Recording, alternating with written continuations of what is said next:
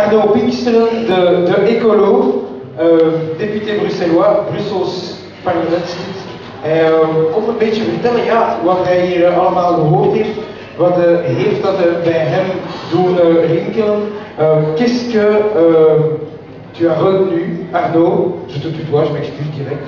C'est comme ça, il faut monter là, voilà. Ça c'est ton micro. Qu'est-ce que tu as retenu de ce que tu as vu, entendu aujourd'hui? Ça te donne envie en tant que député bruxellois de faire quoi? Alors je dirais que la première chose que j'ai envie de faire, c'est de faire preuve d'une grande humilité. Ça c'est habitant du quartier ici.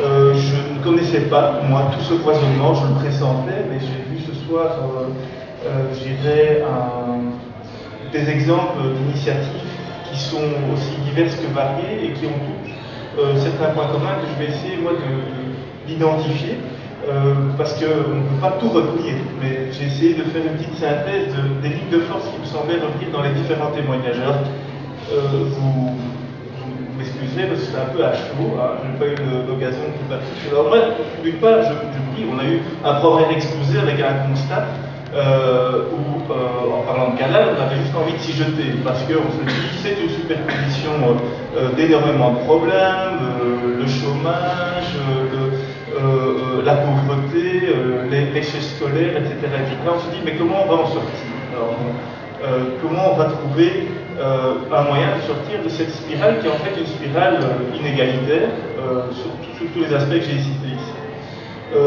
On a cité, je pense, d'entrée de jeu les différentes pistes qui pouvaient être envisagées. Il s'agissait de l'enseignement, la formation, de l'emploi, mais aussi, et surtout, et c'est ça que moi je retiendrai ici, la question de l'identité. L'identité, l'estime de soi, le rôle social que l'on doit jouer. Et donc ça me semble tout à fait de très commun entre toutes les initiatives que vous nous avez présentées ce soir. C'est la question du développement du rôle social, entre du lien social et de l'estime de soi au niveau des jeunes. Alors comment est-ce qu'on peut réaliser ça? C'est toute la question. Comment est-ce qu'on atteint cette émancipation sociale chez des jeunes? Ici, bon, on sait, et ça j'y reviendrai, mais c'est quand même concentré sur un créneau de jeunes plutôt adolescents. Donc là, peut-être ça serait l'occasion dans le cours du débat d'aborder d'autres catégories jeunes, mais j'y reviendrai donc. Comment est-ce qu'on peut développer donc cette estime de soi? Alors il y a l'école, on en a parlé, c'est nécessaire mais pas suffisant. Puis il y a toute une série de projets qui, me semble-t-il, de ce que j'ai pu entendre, surtout ne doivent pas être de l'assistanat ou ne doivent pas être du prêt à faire, prêt à créer, prêt à... Non, ça doit être des projets qui permettent une responsabilisation des jeunes, qui permettent une auto-organisation, ça a été cité aussi, qui nécessite certes un accompagnement, mais il ne faut pas faire à la place des jeunes, il faut les aider à faire. Donc moi c'est ce que je retiendrai quand même des différents témoignages, c'est, me semble-t-il, vraiment un trait commun.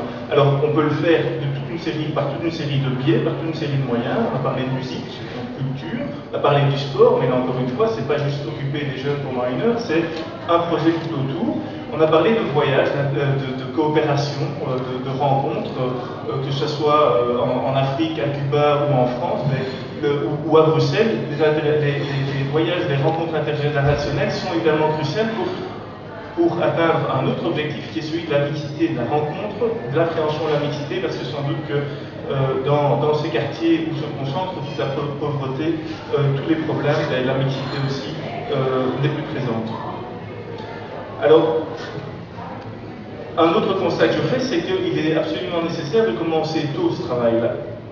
Et donc c'est pour ça que je regrette moi un petit peu qu'on n'ait pas ce soir pu avoir plus d'informations sur des initiatives qui s'adressent plus à des jeunes, parce que ceux-ci je ne parle pas, j'en ai qu'un encore mais j'y travaille, mais le fait est que c'est vrai qu'on n'a pas envie de sortir de Bruxelles, mais on doit sortir de Bruxelles souvent, ou bien on doit sortir de son quartier en tout cas pour trouver des occupations pour ses enfants. Et ça, c'est quelque chose qui, moi, m'interpelle à titre personnel, mais qui a aussi été évoqué par Malika, et je pense que là-dessus, il y a une réflexion. Alors, oui, tu m'avais demandé aussi de poser quelques questions pour lancer le débat, donc je vais le faire. Je me demande Dans quelle mesure tous les projets qui ont été présentés ce soir se connaissent, travaillent ou pourraient travailler en partenariat? Ça, c'est une question qui, moi, me taraude, dans le sens où je connais quelques projets dans mon quartier, je ne suis pas sûr qu'ils connaissent exactement ce qui se fait de l'autre côté du canal ou avec d'autres publics, et j'ai l'impression qu'il y a un peu, parfois, éventuellement, un risque d'émiettement des moyens, d'émiettement des énergies, qui est peut-être aussi une conséquence de la structure institutionnelle que nous connaissons, avec du financement flamand, du financement communal, du financement francophone, un émiettement des moyens, et peut-être là, on passe à côté de quelque chose qui peut-être pourra être corrigé par l'initiative que le dernier intervenant a présentée. Et donc là, il y a peut-être une réflexion à avoir sur les partenariats à avoir entre associations, entre les associations et les établissements scolaires des différents quartiers. On a vu que c'était assez crucial, entre les différentes associations et les différentes communautés. Pardon.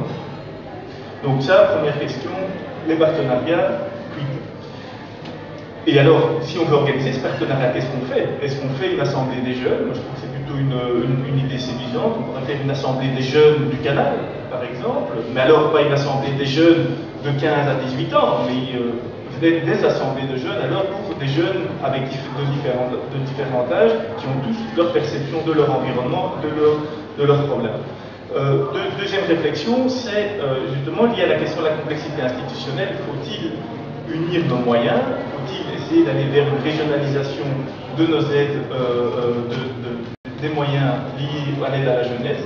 Donc ça, ce sont deux questions que moi je mets ici en débat, on pourra peut-être y revenir, qui sont nécessairement un petit peu plus... je dirais, politique n'est pas un gros mot en fait, hein, donc qui sont peut-être un peu plus politiques dans le sens où elles nécessitent une organisation au niveau public, de la puissance publique, et donc moi j'aimerais entendre aussi les différents porteurs de projets sur leurs attentes par rapport aux politiques et au pouvoir public. Je vous remercie.